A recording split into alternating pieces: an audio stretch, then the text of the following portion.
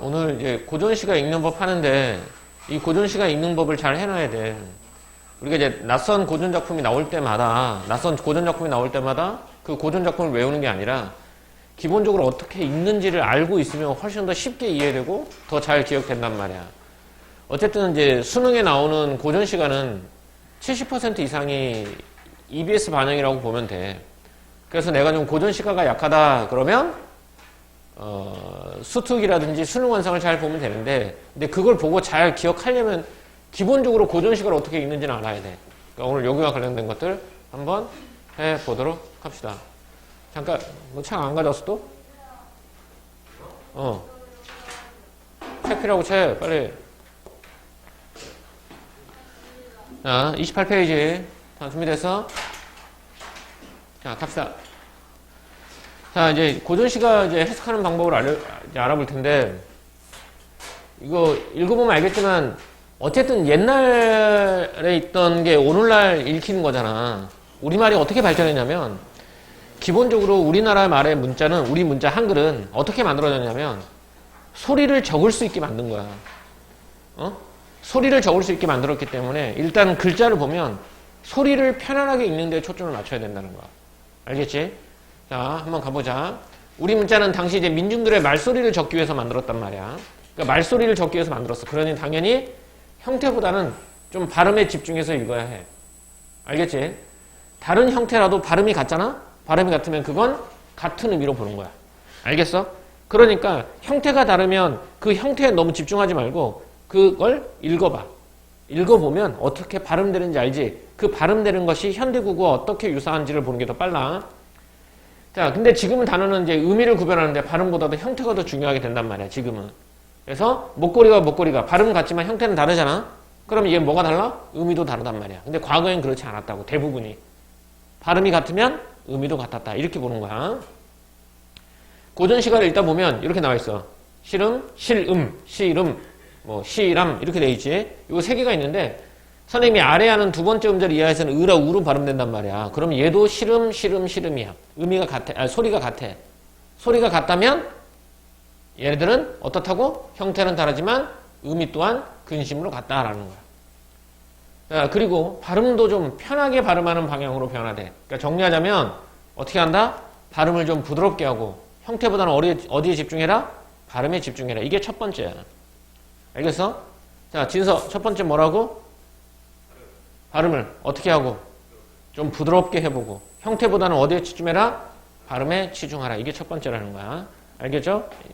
자, 두 번째는 이제 여기 있는 것들은 좀 어느 정도 좀 외워야 되겠는데, 두 번째는 과거에 쓰이던 의문이 현대국어에서 사라졌다는 거야. 과거에 쓰이던 의문이 현대의 다른 의문으로 대체되거나 사라지는 경우가 많아. 그래서 두 번째는 사라진 의문이 현대의 어떤 의문으로 바뀌었는지를 알아보자라는 거야. 자, 홍수아, 세종대왕께서 훈민정음을 만드셨잖아. 그지? 몇 글자지 다 해서 우리 문자는? 몇 글자를 만들었죠? 오, 겁나 많이 만들었네. 니네 나라로 가. 우리나라에서 몇 글자 만들었어요? 28글자를 만들었어요. 니네 1학년 했잖아. 나란 말씀이 등국에다라 문자로 서로 삼았대 아니할세 해서 새로 28글자를 맹가노니라고 나와.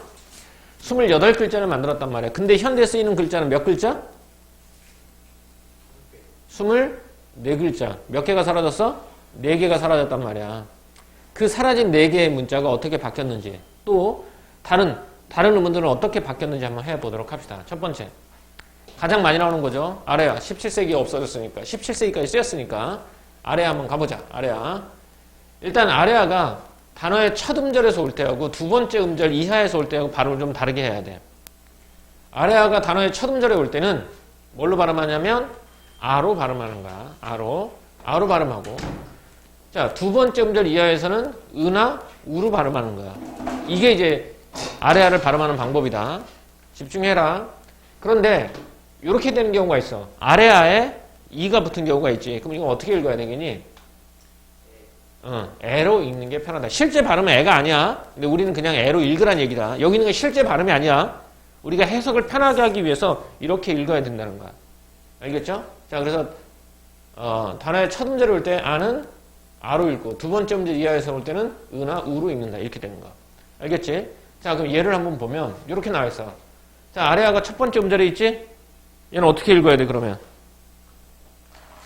어떻게 읽어야 돼? 아, 그래서 뭐가 되는 거야? 하나가 되는 거야. 그래서 얘는 하나가 돼. 자, 두 번째 음절 이하에 아래아가 있지? 그럼 얘는 어떻게 읽으라고? 으나 우를 읽는 거야. 그래서 시름 또는 시름 이렇게 읽으면 되겠지. 그럼 얘는 어떻게 읽겠니? 아래아가 두 번째 음절 이하에 있지? 그러니까 뭐라고 읽어? 는. 그래서 가는 듯 이렇게 읽으면 되는 거야. 이렇게만 이것만 잘해도 현대국어를 해석할 때 좀 더 고전시간을 읽을 때 어떻게 했다? 좀 더 편하게 읽을 수 있다는 거야. 알겠죠? 자, 그럼 두 번째. 얘를 우리가 반침이라고 불러. 반침이라고 부르는데 반침은 울림소리야. 반침인데 얘도 초성에 올 때와 종성에 올 때가 좀 달라. 얘가 초성에 올 때는 소멸이야, 소멸. 소멸이라는 얘기는 거기서 발음이 안 된다는 거지. 그럼 얘는 뭘로 대체가 돼? 음가 없는 이응으로 대체가 돼.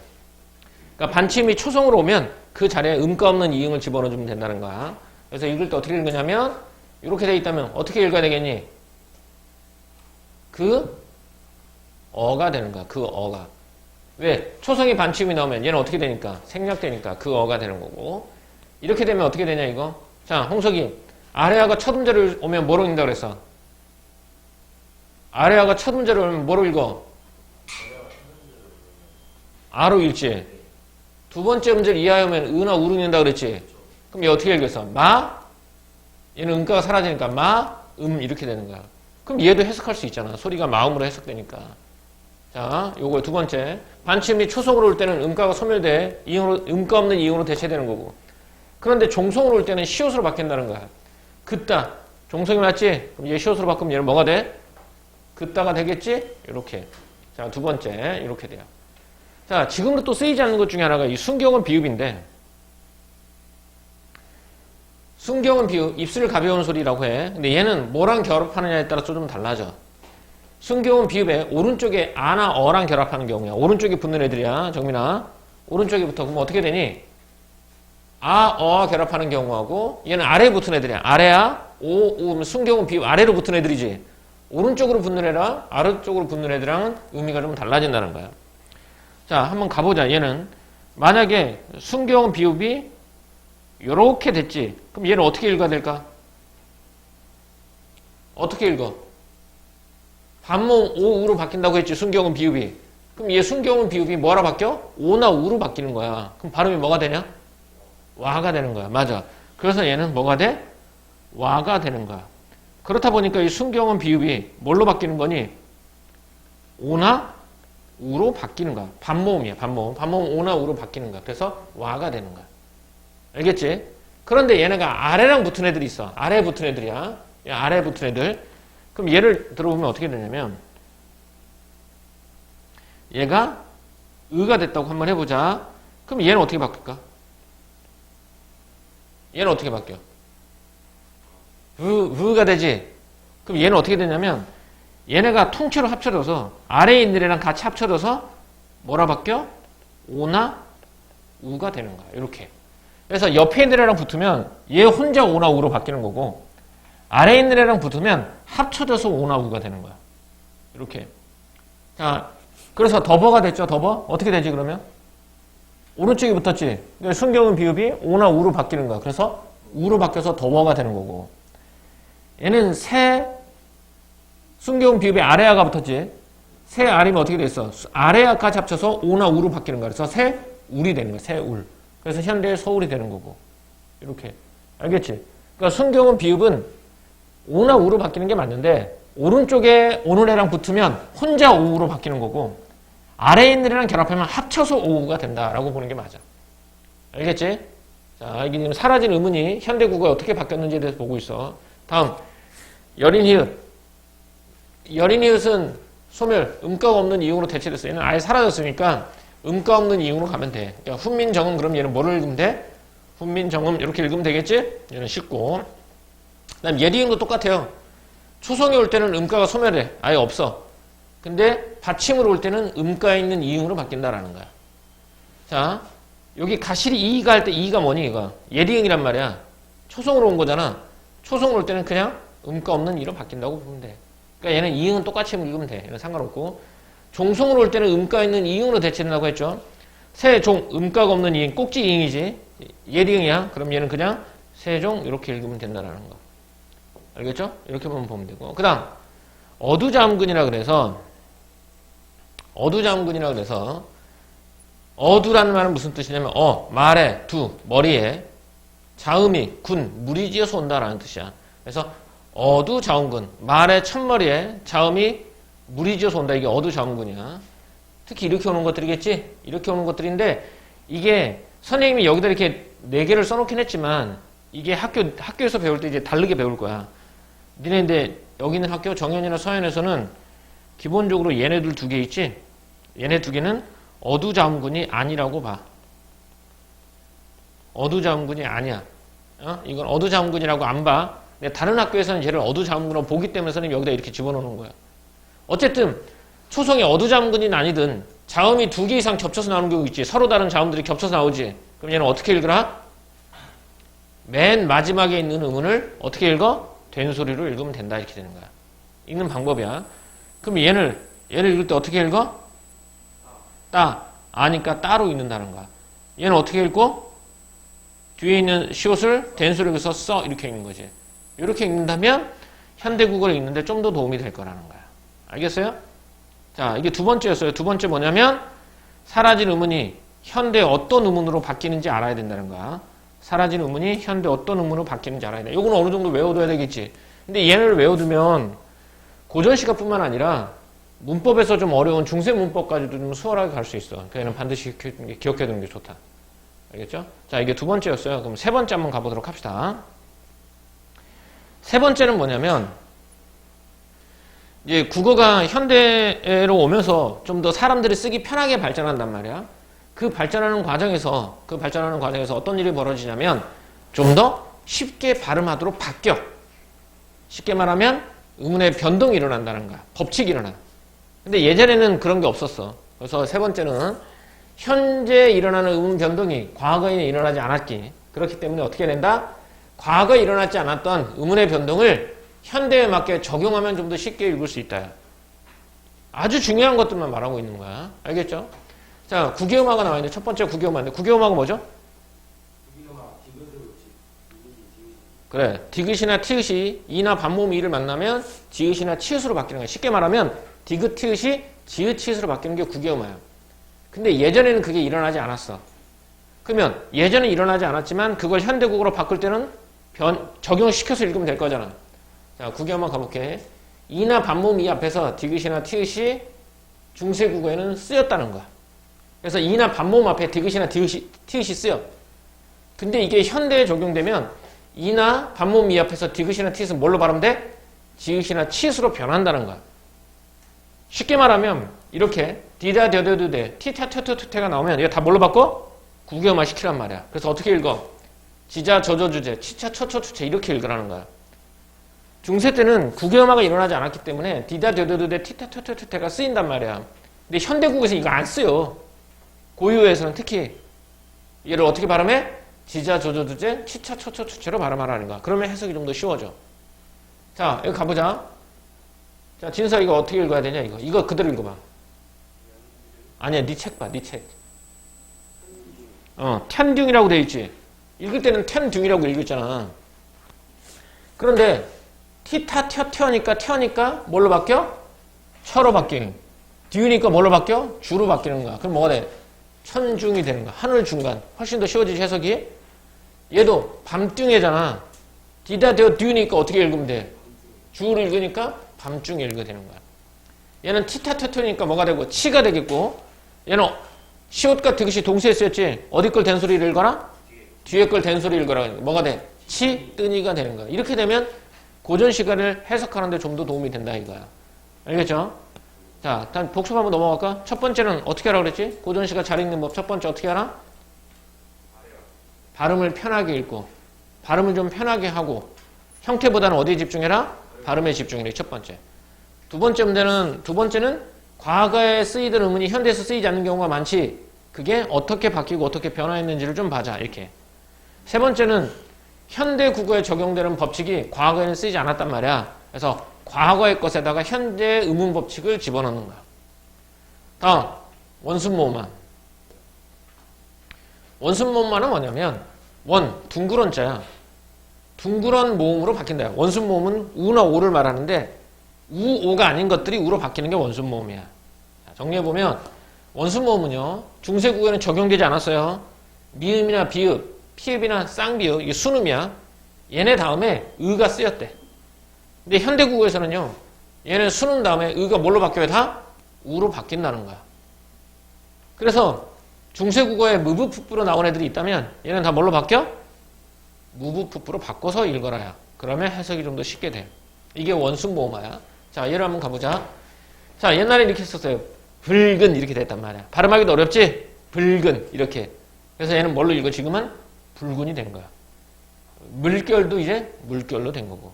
그러니까 무부푸푸가 나온 다음에 걔를 다 뭘로 바꿔? 무부푸푸로 바꾸면 된다. 이거. 알겠지? 이게 원순모음화를 적용시켜라. 이렇게. 자, 다음 두음 법칙 한번 가볼까요?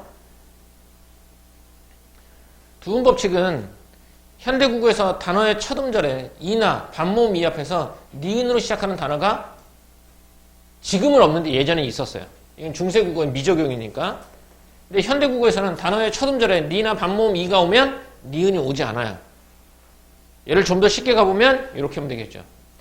현대국어에서 니냐, 년년윤, 얘는 다 뭘로 바꿔? 이야, 여여유로 바꿔서 발음하라. 이렇게 되는 거야. 그렇게 되면 좀 더 쉽게 글을 해석할 수 있어요. 예를 들어보자. 자, 여인이라고 나와있죠? 니냐, 년이니까 뭘로 바꿔? 여로 바꿔서 여인. 니르고자야. 니나, 년년윤, 얘는 이야, 여여유로 바꾸니까 니가 뭐가 돼? 이가 돼. 이르고자, 말하고자 이런 뜻으로 되는 거야. 자, 요게 세 번째가. 두음법칙, 구개음화, 원순모음화를 적용시켜라. 디다, 데더드데, 티테테테테는 지자, 저저주제, 치차, 초초, 추체로 바꾸고 원순모음화, 무부푸푸가 나오면 다 뭘로 바꿔라? 무부푸푸로 바꿔라. 세 번째, 두음법칙, 니냐, 년년유가 나오면 다 얘를 뭘로 바꿔? 이야, 여여유예로 바꿔라. 이렇게 되는 거야. 이렇게 되면 일단 고전 시간을 뭐 할 수 있어? 읽을 수 있단 말이야. 다음 네 번째. 이 과거에 이제 문학 작품들을 보면 대부분 감정을 겉으로 드러내는 작품들이 많아. 자, 그러다 보니까 고전 시가에서는 감탄형어미나 의문형어미가 많이 쓰인단 말이야. 그러면 현대에 쓰이지 않는 과거의 의문형 종결어미나 감탄형 종결어미를 어느 정도 정리해두면 도움이 된다는 거야. 자, 그래서 한번 가보자고. 의문형 종결어미 이런 것들이 나오면 의문형이래. 야, 이런 것들은 여기 있는 것들은 외운다고 생각하지 말고 자꾸 반복해서 읽어봐야 돼. 익숙해져야 돼. 첫 번째가 냐, 뇨, 니은가, 니은고, 뭐 니은다, 너 난다 이런 것들이 나오면 의문형어비야. 그래서 그리 난고 그러면 그리 는가, 그리워하는가, 노한다 그러면 노한느냐 이런 식으로 이런 것들이 나오면 의문형어미. 특히 잘 나오는 건 이 감탄형 종결어미. 이게 왜 중요하냐면 문제에서 그 종합적인 감상이나 표현상의 특징에서 서리법을 사용하고 있다라고 말했는데 이게 의문형어미인지 아닌지 모르면 서리법을 알 수가 없잖아. 얘는 기본적으로 알아야 되겠고. 다음 감탄형 종결어미 샤라, 돋다, 리을샤, 리을셔, 니은, 더이고 얘네들이 나오면 뭐뭐구나, 뭐뭐도다, 뭐뭐워라 이렇게 보는 거야. 그래서 보면 하도 할샤, 리을샤니까 뭐뭐구나, 많기도 많구나. 되어이고니까 니은 되어이고지 되었구나 이렇게. 그래서 이 두 개 아주 중요하죠. 그리고 자주 나온 종결어미들도 좀 외워두는 게 좋아. 뭐뭐 고조 고자 그러면 뭐뭐고 싶다. 리을샤라 그러면 뭐뭐 할까 두렵다. 또 리을세 리을세 그러면 뭐뭐 무로 이렇게 되는 거야. 여기 나오는 건 훈민정음 세종어제 훈민정음에 나오죠. 용비어천가에 나오는구나. 용비어천가 불이 깊은 남간 바람에 아니 밀세 아니 밀세 바람에 아니 흔들림으로 이렇게. 그래서 아니 그칠세 아니 그침으로 뭐뭐무로 이렇게 해석해 두는 게 좋아. 이게 종결어미를 좀 파악해 두는 게 좋아. 의문형어미, 감탄형어미는 기본이고 거기에 해당하지 않지만 자주 나오는 애들 뭐뭐 고자, 뭐 먹고 싶다, 뭐뭐 할까 두렵다, 뭐뭐 무로 요 세 개는 좀 알아두는 게 좋겠지? 그러니까 요건 지금 요 페이지는 외우는 게 아니라 반복해서 자꾸 읽어보는 거야. 그리고 뒤에 또 이거와 실제 어떻게 작품이 실현되는지 나오는데 그것까지도 같이 볼 거니까 자꾸 읽어보면 돼. 이게 몇 번째? 네 번째였어. 그리고 마지막. 읽다 보면 고전 시간에 옆에 별표가 쳐 있어요. 그 별표 쳐 있고 밑에 해석이 되어 있단 말이야. 그런데 별표가 안 쳐져 있어. 근데 나는 몰라. 그건 너만 모르는 거야. 그런 것들은 어떻게 돼? 당연히 알아야 되는 것들, 알아야 하는 것이지만 내가 모르는 것이기 때문에 그런 밑에 다 뭘 써놔야 돼? 따로 정리해놔야 돼. 낯선 어휘들을. 알겠죠? 그래서 마지막으로 고전에 자주 등장하는 어휘, 낯선 어휘인데 주석이 없는 경우야. 이런 것들은 니네가 기본적으로 알아야 되는데 니네가 모르는 단어들이니까 그런 것들은 따로 정리해두는 경우가, 정리해두는 것이 좋다. 이렇게 돼. 자, 다시 정리 한번 가보자. 첫 번째. 고전 시간 읽는 법 첫 번째 어떻게 해라? 첫 번째가 뭐야? 홍석이 첫 번째가 뭐야?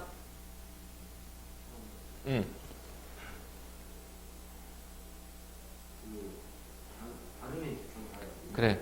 그러니까 발음을 좀 더 부드럽게 하고 발음에 집중해서 읽어라. 형태보다는 발음에 집중해라. 그리고 두 번째가 현대에 쓰이지 않는 음운들이 현대에 어떻게 발음되는지를 보라 이거 했지? 뭐 아래아라든지 반침이라든지 또는 순경음이라든지 또는 어두자음군이라든지 예리응, 여린윳 이런 것들을 말해. 그 다음에 세 번째는 현대에 적용되던 음운 법칙이 과거에는 적용되지 않았으니까 과거에 있는 것에 현대 음운 법칙을 적용하라 이거야. 그래서 대표적인 게 국외음악, 원순모음악, 두음 법칙 요 세 개가 있다는 거. 이렇게 알아두는 게 좋고. 자 마지막으로 이 고전 시간은 감정을 드러내는 경우가 많기 때문에 종교로미가 중요하단 말이야. 그래서 감탄형 종교로미라든지 음운형 종교로미를 어느 정도 알고 있어야 돼. 외우는 게 아니라 자꾸 반복해 봐야 되겠지? 그리고 자주 나오는 기타 종교로미들도 있어요. 리을세 그러면 뭐뭐 물어 이런 것들이라든지 뭐뭐 고조 뭐뭐 고자 그러면 뭐뭐고 쉽다 이런 것들. 리을샤라 그러면 뭐뭐 할까 두렵다 이런 것들이야. 자 그리고 이제 다섯 번째 마지막으로 어떻게 무슨 뜻인지 저는 모르겠어. 근데 주석도 없어. 그런 것들은 따로 정리해 보도록 하자라는 거야. 자 그러면 실제로 고전 시간을 어떻게 읽는지 연습 한번 해보도록 합시다. 자, 요거 봐요. 이게 이제 색깔이 니네 교재는 선생님이 컬러로 되어 있으니까 색깔이 잘 보일 거야. 자, 한번 해볼게요. 이 실제로 이제 작품 한번 해볼게요. 고전 작품을 하나 읽고 한번 해봅시다. 정철의 송미인곡인데요. 선생님이 여기 할 때 어떻게 했냐면 앞에서 말한 규칙이 잘 적용되는 것만 가져온 게 아니라 송미인곡 처음부터 그대로 실어놓은 거야. 처음부터. 그러면 이제 원문이 어떻게 돼 있냐면 원문은 이렇게 돼 있죠. 대가난 겨 각시 본듯도 한도이고 이렇게 돼 있단 말이야. 자 이거 봐봐. 하나씩 가보자. 대가난 겨 각시 본듯도 한도이고야. 자 대니까 어떻게 읽어야 돼? 디다 더더드 대 지자 저조주 제. 두 번째 음절이니까 뭐를 읽어야 되지? 두 번째, 아래하고 두 번째 음절이 이하에 나왔어. 뭐로 읽어? 은하, 우로 읽는다 그랬지? 뎌니까, 디다, 뎌니까 뭐를 읽어? 저로 읽겠지? 각시, 본듯도 한 뎌이고, 니은 뎌이고, 니은 뎌이고는 앞에서 의문형 어미라고 나와 있어. 그럼 이거를 읽을 때 어떻게 읽어야 돼? 제, 가는, 저, 각시, 본듯도 하구나 이렇게 되는 거잖아. 자, 읽는 게 자체가 곧 해석이 돼버린단 말이야. 근데 여기서 각시가 몰라. 각시에 별표가 돼 있어요. 각시는 별표가 돼 있고 옆에 뭐라고 나와 있어? 뭐 새색시 이런 의미로 되어 있지? 이렇게. 그럼 얘는 가보자. 읽을 때 읽어요. 대가는 격각시 본듯도 한되이고 이렇게 읽는 것보다는 제가는 읽을 때 제가는 저각시 본듯도 하구나 이렇게 하면 이거 자체가 곧 해석이 되잖아. 그럼 뭐 어떻게 돼? 저기 가는 저 새색시 본듯도 하구나 이렇게 되는 거야. 알겠어? 그러니까 읽는 게 제일 중요해. 그다음 두 번째 한번 가볼까? 천상백옥경을 D니까 어떻게 읽어? 지 어찌 후여 말이 안 되잖아. 어찌하야 이별하고 이렇게 되는 거야.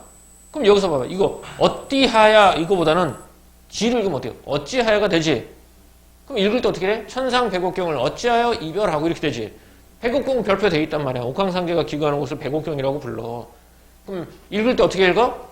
천상백옥경을 어찌하여 이별하고 이렇게 하면 해석 자체가 자연스럽게 되지. 읽는 것 자체가 해석이니까. 이렇게. 자, 좀 더 가볼게요. 자, 요거 한번 읽어볼까? 자, 이건 어떻게 해? 아래 하단에 이가 있으면 애를 읽는다 그랬지? 해다뎌 저문날에 누를 보라 가시는 거 이런 건데 여기서 주목할 건 두 가지야. 첫 번째가 이것도 읽었지만 요거. 도현이 이거 읽을 때 어떻게 읽어? 읽어봐.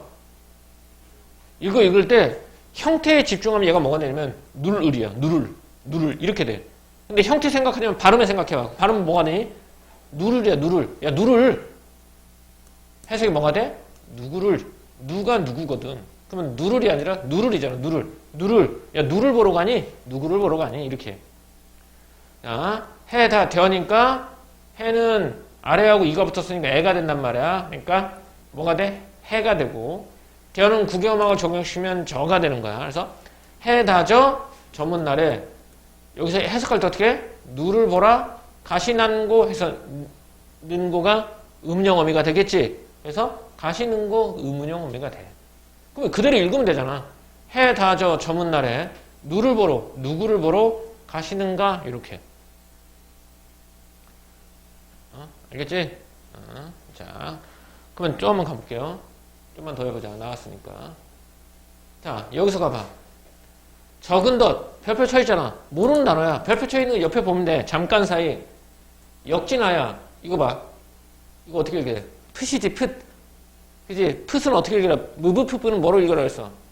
무브푸프로 읽으라 그랬지? 그러니까 이거는 풋이 되는 거야. 풋잠을 잠깐 드니, 이렇게. 자, 첫 음절에 아로 바뀌는 거. 이거 두 번째 음절이긴 하지만 얘는 접두사니까 두 개가 각각의 단어니까 잠이라고 읽어주는 게 좋아. 자, 그래서 적은 더 역진하여 힘이 다하여 풋잠을 잠깐 드니 이렇게 되는 거예요. 근데 얘는 어차피 해석이 나와 있으니까 잠깐 사이 힘이 다해서 풋잠을 잠깐 드니 이렇게. 자, 좀 더 가볼까? 요거 진서 이거 어떻게 읽는다고? 그래, 뒤에 있는 걸 된소리 있는 거야. 정성이 지극하여 꿈의 님을 보니. 이거 봐. 있는 그대로잖아. 해석하면 정성이 지극하여 꿈의 님을 보니. 이렇게. 자, 요것도 한번 가볼까? 요런 것들도 되게 중요하다고. 도현아, 이거 어떻게 읽어? 그래, 옷 같은이잖아.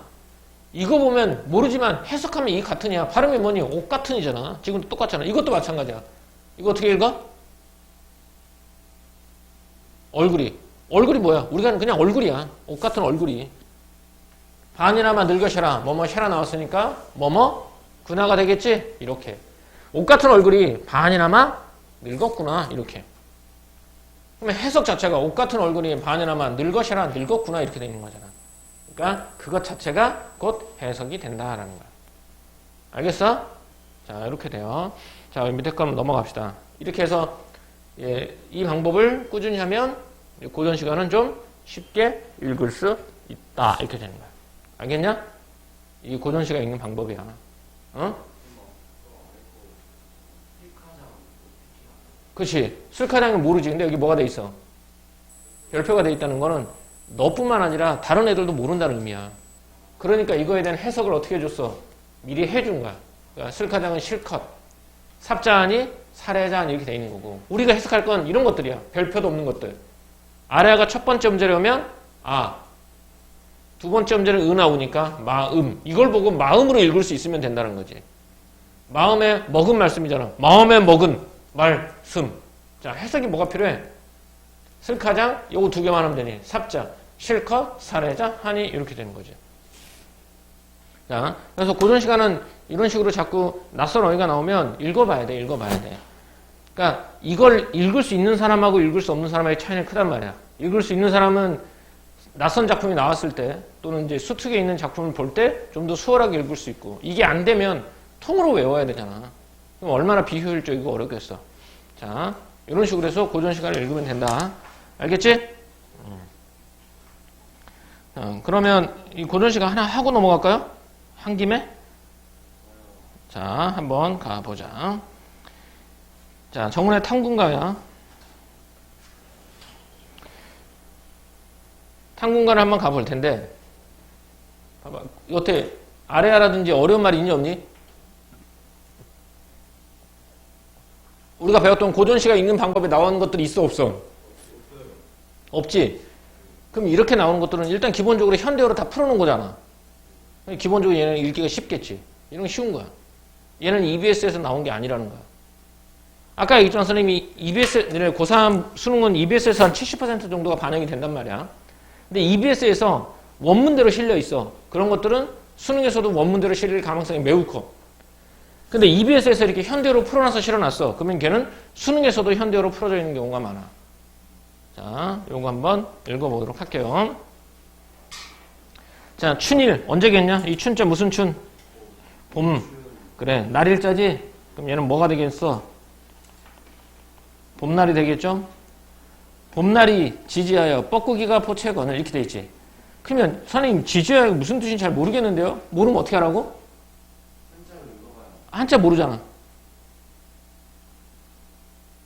그러면 어떻게 해? 넘어가. 봄날이 어쩐지 모르겠는데 뻐꾸기가 뭐한데? 보채인데. 뻐꾸기가 보채거늘. 동린의 린자는 이게 한자가 빠졌는데 이게 이웃 린자거든요. 그럼 동력 동짝이지. 그럼 뭐가 되니? 동쪽 이웃에게 뭐하고? 쟁기를 얻고. 이 서사에서 아는 한자이니? 사자는? 얘는 집사자예요. 집사자인데 자 린자하고 사자를 니네가 모른다고 쳐. 그럼 어떻게 해? 동에서 쟁기 얻고 서에서 홈이 얻어. 이렇게도 해석이 되잖아. 한자는 니네가 아는 것만 하고 모르는 거는 모르는 대로 넘어가. 니네가 읽고 해석할 수 있는 것 위주로 가자는 말이야. 집안에 들어가 씨앗을 마련하니 이렇게 다시 가볼게. 봄날이 뻐꾸기가 보채니 동쪽에서 쟁기를 얻고 서쪽에서 호미를 얻어 집안에 들어가 씨앗을 마련하니. 씨앗을 마련해서 뭐 하려고 한 거겠니? 봄에 씨앗을 뿌리려고 한 거겠지? 마련하니. 올볕이 한 말은 반 넘게 쥐가 먹었고 기장, 피, 조, 파튼 서너 대 붙였거늘 이렇게 돼. 자 여기서 모르는 말 찾아봐. 어떤 것들을 알아두면 해석하기 좀 편하겠냐? 자 올벼. 올벼는 일찍 수확한 벼야. 아이쿠.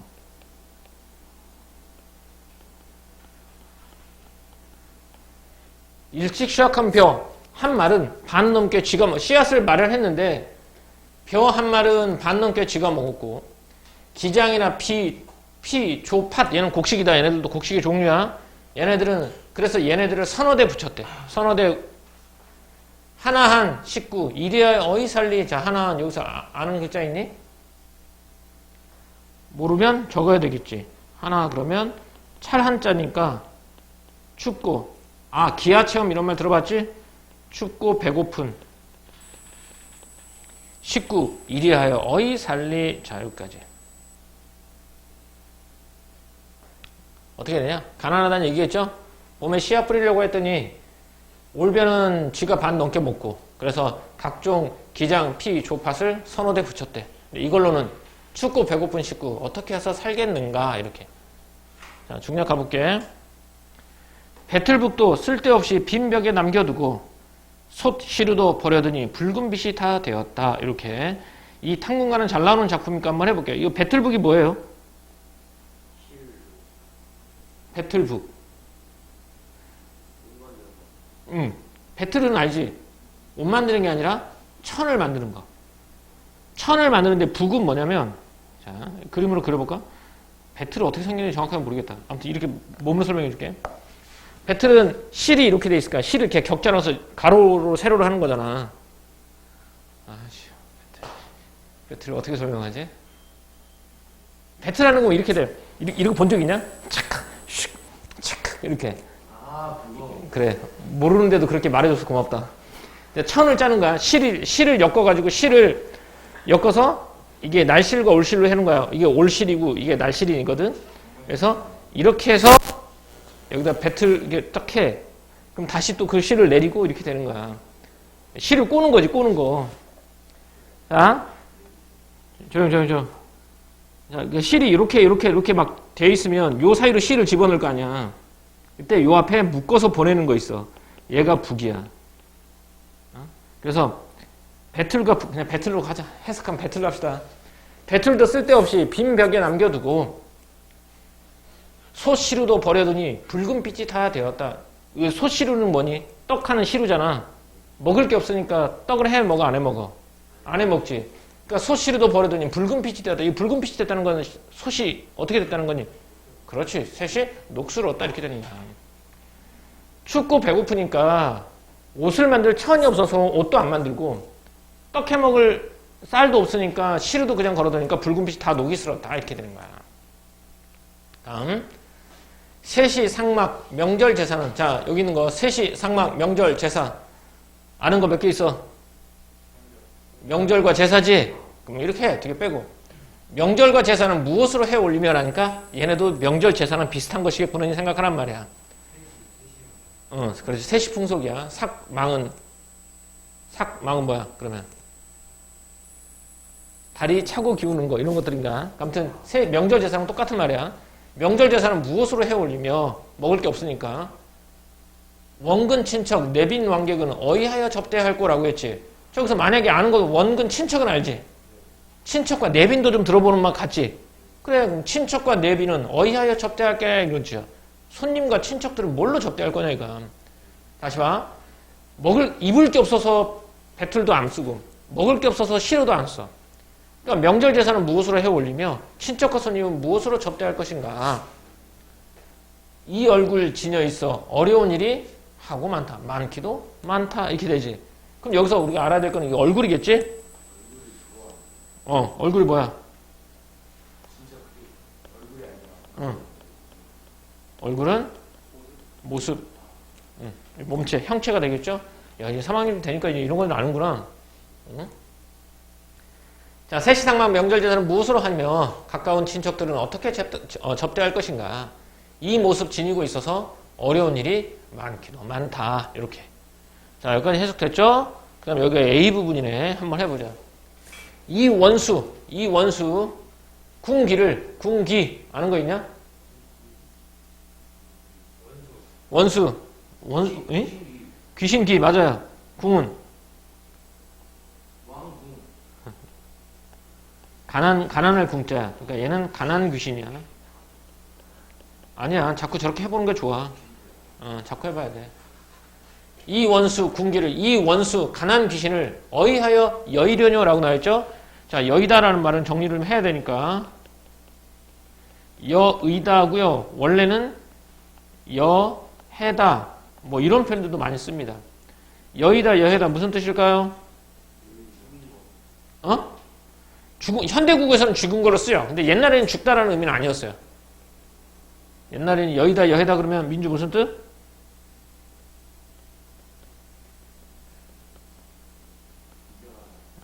이별하다라는 뜻이야. 그러니까 이별하다에서 출발해서 부모님이 돌아가셨을 때 여의다라는 말을 쓰고 자식들을 장가 보냈을 때도 딸을 여의다, 아들을 여의다라는 말을 쓴다는 거야. 출발은 이별하다에서 출발한 거야. 그래서 이 원수 가난 귀신을 어이하여 이별하느뇨 이렇게. 이별하느뇨 이렇게. 다음 술에 후량을 갖추고 이름 불러 전송하여. 자, 이름을 불러. 누구를? 가난 귀신이야. 술에다가 안주를 갖추고 이름을 불러 전송하여 길한 날 좋은 때 사방으로 가라 하니. 누구한테 하는 말이니? 그러니까 누구한테? 가난 귀신한테 말하는 거야. 어떻게 하면 이별할까? 술에 안주를 갖춰놓고 이름을 불러 전송하여 좋은 날 좋은 때 사방으로 가라 하니. 가난 귀신한테. 그러니까 여기까지는 화자가 궁기, 가난 귀신에게 하는 말이야. 그랬더니 웅얼웅얼 불평하며 원노하여 이르는 말이, 원망하고 노하며 성질내서 이르는 말이, 이거 누가 하는 말이겠니? 궁기가 나에게 하는 말이야. 응?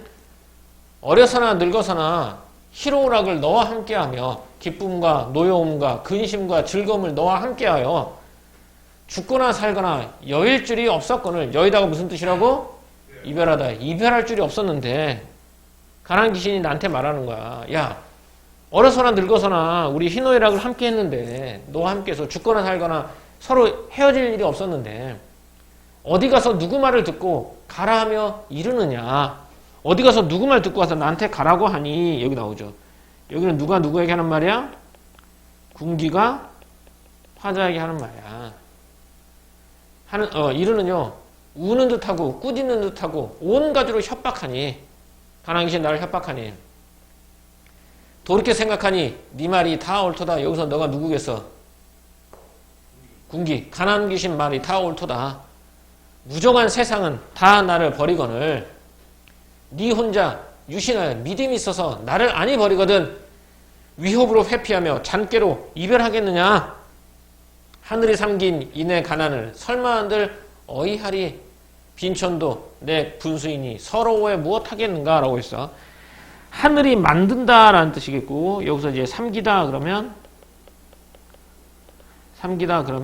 만들다 또는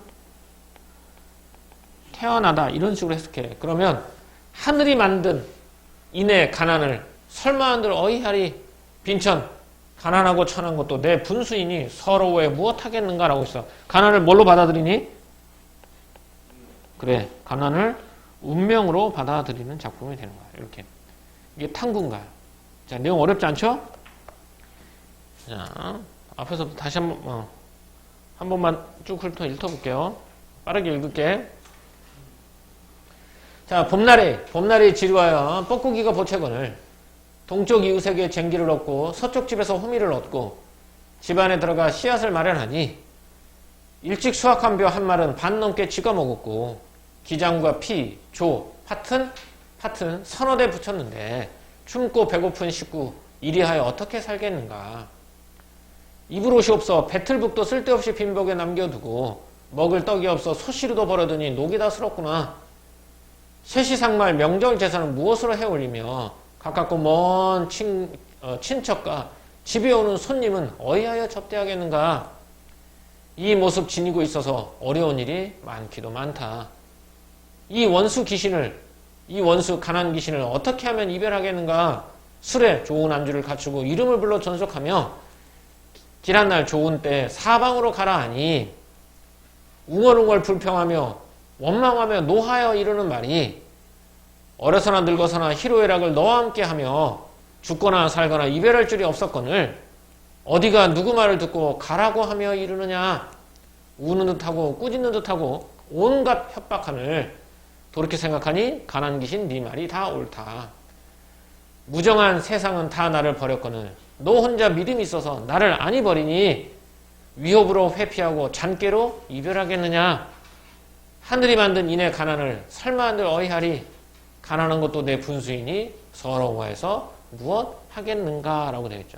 됐어요? 이제 이 탐구인가요? 가난을 한탄하는 노래예요. 자, 문제 바로 가자. 자, 문제 갑시다. 가에 대한 설명으로 적절한 것 한번 가보자. 계절의 변화에 조응하는 여러 자연물을 활용해 잘라줄게요. 여기 표현벌이에요. 화자의 인식 변환을 보여준다. 자, 화자의 인식 변환 나옵니까? 안 나옵니까? 뒤에 거부터 볼게요. 인식 변환. 처음에 가난을 어떻게 하려고 했죠? 근데 나중에는 받아들이죠. 인식 전환은 있다고 보는 게 맞아요. 그럼 앞에 거 가보자. 계절의 변화에 조응하는 여러 자연물을 활용해서 계절의 변화에 조응하는 여러 자연물. 맞아요? 계절이 변화해 안 해? 변화 안 하죠. 계절 처음부터 끝까지 언제니 지금? 봄이야. X. 자, 계절감이 드러나는 소재를 대등하게 나열해. 계절감을 나타내는 시가 거기 뭐 있니? 봄날은 그냥 말이 직접적으로 나온 거. 계절감을 드러낸 소재. 이 계절이구나 라고 나타나는 소재. 뻐꾸기. 뻐꾸기가 봄새거든요. 이거 하나밖에 없으니까 나열도 틀렸어요. 특정 계절 풍속을 화자의 시선이동, 화자가 바라보는 사물이 바뀌거나 그러진 않죠. 그러니까 시선이동이 없습니다. 해도. 이 시선이동은 다시 한번 해줄게. 화자가 이 직접이 되게 중요해. 직접 바라보는 대상이 달라지는 거야. 달라져야 성립해. 내가 얘를 보다가 그 옆에 거 보고 또 그 옆에 거 보는 거. 화자가 직접 바라보는 대상이 달라져야 되는데 여기서는 화자가 직접 바라보는 대상이 나오지 않는다는 거지. 그리고 계절의 풍속을 묘사한 것도 아니고. 자, 특정 계절을 배경으로 제시해 화자의 처지를 부각하고 있다. 화자의 처지 어떤 처지니? 가난하지? 그죠? 계절적 배경 언제 나오죠? 봄. 봄에 씨를 뿌리려고 했는데 올벼는 절반 넘게 쥐가 먹었고 조, 피, 기장 얘네들은 뭐해? 서너 대밖에 못 붙였지? 그래서 특정 계절적 배경, 봄을 배경으로 해서 화자의 처지, 가난한 처지를 부각하고 있다고 되겠죠. 계절 순환 안 나오죠? 자연의 섭리도 안 나오고요. 답은 28번 답은 4번이 되겠어요. 이렇게. 자, 그 다음 거 가보자. A, B에 대한 이해로 적절하지 않은 것 같았어요. 뭐부터 봐야 되겠니, 그러면? A부터 봐야 되겠지? 자, A 부분 보자. A 부분이 어디 부분이냐면, 가난한테 뭐라고 말하는 거니? 가라라고 말하는 거지? 그랬더니 가난 짓이 나한테 원망하는 소리를 하고 나서 또 내가 그걸 운명으로 받아들이는 것이 되겠죠? 이렇게 봤어요. A 가자. 술의 후량을 갖추는 화자는 의례를 통해 가난 기신에 대한 예우를 표하고 있다. 맞습니까? 빨리. 화자는 인의 군과의 관계를, 가난과의 관계를 운명적인 것으로 여기고 있다. 맞습니까? 가난과의 관계를. 맞아요. A에서 화자는 옳도다라는 응답으로 네 말을 수용하는 태도를, 여기서 네 말은 가난 기신이 한 말이야. 그 말을 듣고 옳도다. 네 말을 받아들여. 맞아? A와 B에서 화자는 각각 초월적인 존재 하늘과 하나님을 예찬하는 어조를 취하고 있다. 하늘을 예찬해요? 예찬은 하늘 대단해 이거야? 아니죠. 여기서는 가난을 뭐 하는 거니? 원망하는 거지? 하늘을 예찬하는 태도 없습니다. 답 몇 번? 5번. 이렇게 풀어줘요. 그러니까 두 개 동시에 보지 말고 항상 이렇게 하나씩 보라는 거. 알겠죠? 오케이. 다음. 탐군과 보기를 참고해 기억, 미음의 문맥적 의미에 대한 예로 적절하지 않은 것 했어요. 자, 가자. 여기서 우리가 알 수 있는 거는 기억과 니은, 디귿까지 알 수 있지? 맞지? 아니냐? 기억 니은까지냐? 디귿까지, 디귿까지. 자, 디귿까지 가보자. 탐군가 먼저야, 그러면. 향촌 공동체에서 경제적 기반이 취약한 사대부가 가정과 사회에 대한 책임을 다하기 어려운 자신의 궁핍한 삶을 실감나게 그리는 작품이다. 라고 했어. 여기까지 가보자. 이렇게 되고. 가는 파종할 벽시를 쥐가 먹어버린 상황을 제시했어. 맞아? 사대부의 곤혹스러운 처지. 곤혹스러운 처지 나오죠? 속과 시루가 녹슨 상황을 제시해. 끼니조차 잊지 못하는 생활이, 궁핍한 먹죠? 자, 디귿은 체면을 지키기 어려운 상황을 제시해. 취약한 경제적 기반 때문에 사회적 책임을 내려놓은 사대부의 죄책감. 이렇게. 다음 몇 번? 3번. 디귿 같은 경우는 죄책감은 아니지. 디귿은 뭐야? 이 얼굴, 이 모습을 지녀 있어서 어려운 일이 많기도 많다라는 얘기는 궁핍한 삶을 나타내는 거지 죄책감은 아닙니다. 그래서 이렇게 해서 봤어요. 야, 근데 가만 보고도 답이 다 나온 거냐 지금? 야, 신기하다. 그럼 나도 한번 봐야 되겠죠? 위백규의 농가입니다. 농가. 자,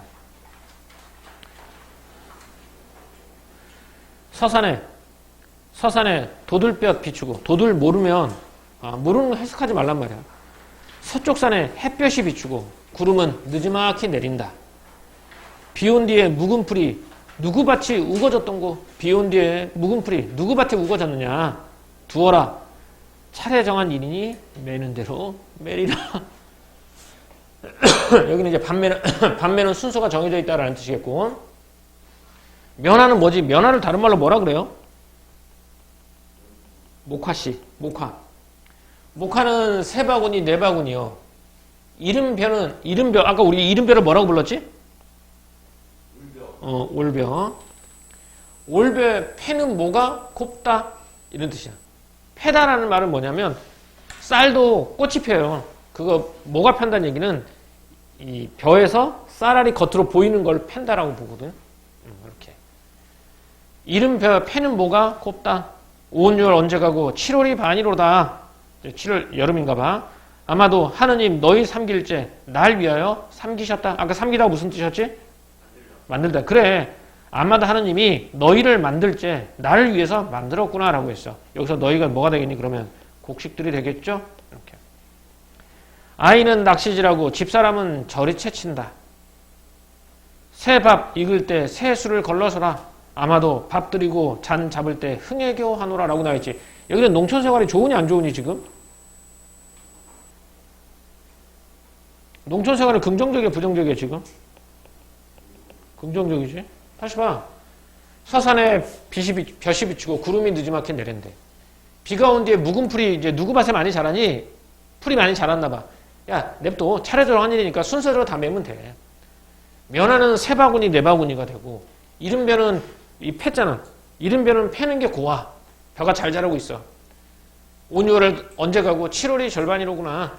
아마도 하느님이 곡식 너희들을 만들 때 날 위해서 만들었구나. 면화와 이른벼 이런 것들을 날 위해서 만드셨구나. 아이는 낚시질 가고 집사람은 저리 채치고 새 밥 읽을 때 새술을 걸렀구나. 새 밥에다가 새술을 먹어. 아마도 밥 드리고 잔 잡을 때 흥에 겨우 하노라 라는 얘기죠. 풍요로운 농촌에서의 흥취가 나타나는 작품이지. 이렇게. 자, 그럼 여기서 한번 가볼까? 화자의 처지 긍정적이야 부정적이야? 긍정적이지. 계절적 배경이 뭘 통해서 알 수 있어? 이거 면화는 세 다르고 벼는 곱고 이런 걸 통해서 알 수 있죠. 다음 요거 한번 가볼까? 농가는 공공한 향촌 공동체의 발전을 위해 여러 방도를 모색한 사대부가 가난을 벗어난 이상화된 농촌상을 그려낸 작품이라고 써요. 여기 나와 있는 작품은 가난을 벗어난 이상화된 농촌상이 되겠지. 그래서 밭을 멜 때 예정된 차례에 따라야 함을 나타내요. 사회적 약속에 대한 존중을 향촌 공동체 발전의 방도 맞고요. 먹을거리에 부족함이 없는 즐거운 향촌 구성원의 모습을 통해서 가난을 벗어난 이상화된 농촌의 모습도 알 수 있죠. 이렇게. 자, 그래서 요거 답은 3번이 되겠습니다. 여기까지 하고요. 다음 시간에도 요 규원가까지 해서 몇 개 더 고전 더 해보도록 할게요.